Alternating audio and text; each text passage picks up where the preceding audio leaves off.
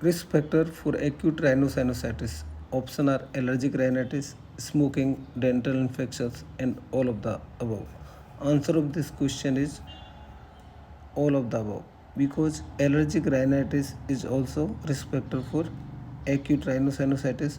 Smoking is also there, dental infection is there, and anatomical deformities like DNS, infinite hypertrophy, and ciliary dysfunction all are related to risk factor for acute rhinosinusitis. Acute rhinosinusitis. To differentiate between bacterial from viral acute rhinosinusitis, if those with bacterial infection can be identified, more selective approach to antibiotic may be applied. The gold standard for confirmation is a positive bacterial culture from maxillary sinus aspirate. It's the diagnostic to differentiate between bacterial and viral acute rhinosinusitis.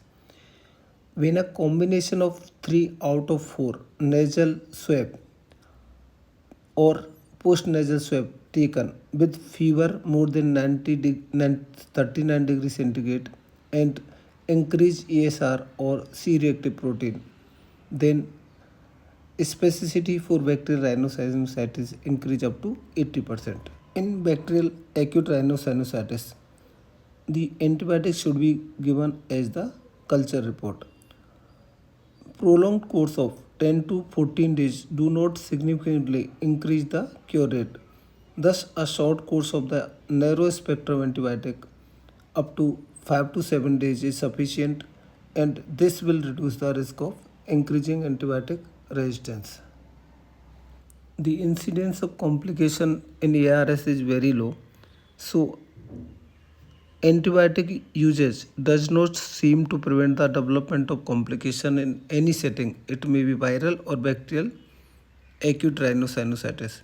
So, given an antibiotic, it does not mean it prevent the complication, or preventive giving this antibiotic is not going to prevent the complication of acute rhinosinusitis.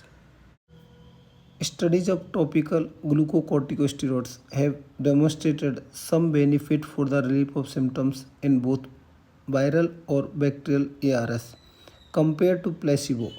The efficacy of this topical glucocorticosteroid is about 73% versus 66%. There is limited evidence to suggest that nasal decongestant may have a small benefit clinical effect in reducing nasal congestion but not overall duration of acute rhinosinusitis. So decongestant should not be used. They are not going to be helpful in both conditions, acute viral or acute bacterial rhinosinusitis. They does not prove there is overall decrease in duration of ARS by decongestant, but there is little evidence that saline therapy may assist in the symptomatic relief.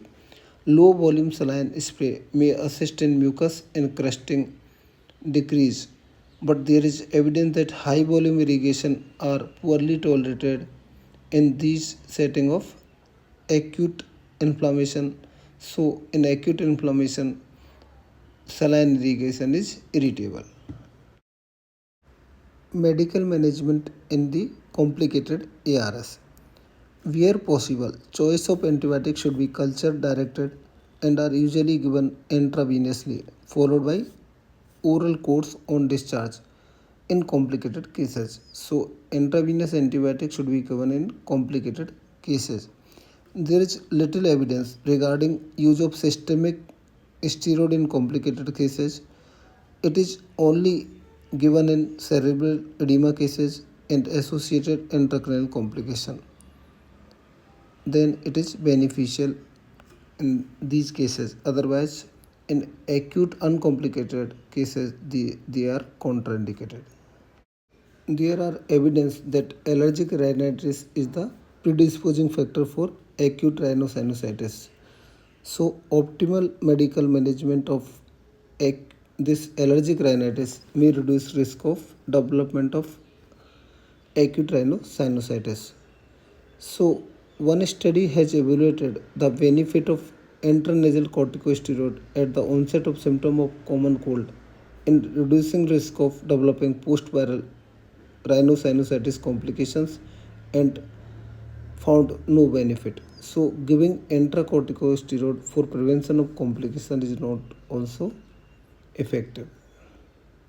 So in summary, the treatment of acute rhinosinusitis, if viral, then you have to give paracetamol and intranasal corticosteroids.